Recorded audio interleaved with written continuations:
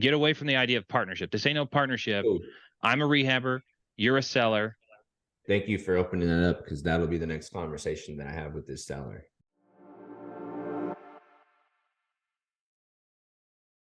So on a novation, it's really important. Novation, agreement to rehab and sell. Sorry. Whenever you're encountering a deal where you can rehab and sell a property, you should not talk about splits, particularly of profits. Now, you can take a split of an overall total purchase price, but do not let there be any room for interpretation of expenses and profits. Pick hard numbers. Pick a guaranteed number for the seller. Okay, you're agreeing that you'll clear 160 at close of escrow. The rest is my problem, right? That's what you need to hit. You need to hit a solid number with them.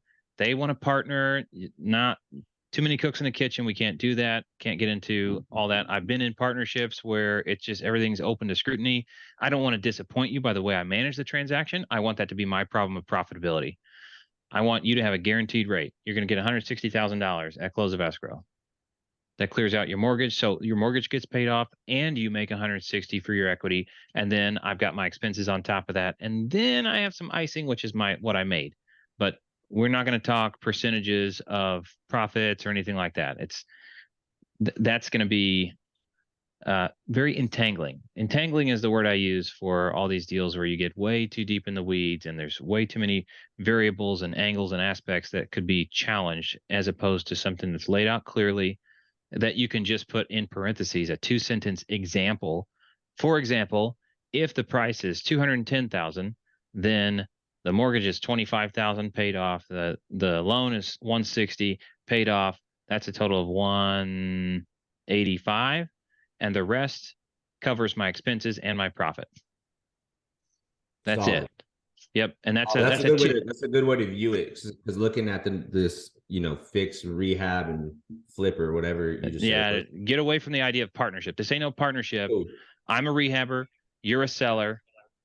I stand to make a profit if I don't have to go borrow more money to get this thing in the first place. So what I want to do is enter into an agreement with you for me to rehab and sell your house, and you get your proceeds.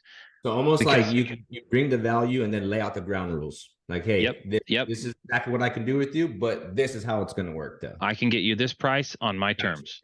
Okay, now I know how to view it, because I only looked at it as the way that I had first pitched it, because I never really dove into the this style of the novation, and so I looked at it and didn't know, so I just went off of what I was thinking. And now that you clear it out for me, I'm like, okay, cool. So kind of be like, just take charge of your position, what you do, what you know how to do best. Let them know you can provide more value than most people, and then stand on where it needs to be done at. Especially if you've got a track record or a partner on the deal who can show track record of, hey, this is what we've done before. This is what we do. Sometimes we win. Sometimes we break even if there's undisclosed issues. So we do want to do an inspection and blah, blah, blah. We don't want any surprise things. And we do have to set ground rules, because I'm not looking for a partnership, but in effect, we are working together.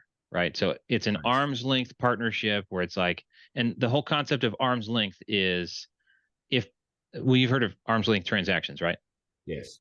Okay. So the whole concept of arm's length is we're far enough away that I can be take care of my own interests. You're not up in my business. I'm not up in your business. Arm's length transaction. Just visualize this.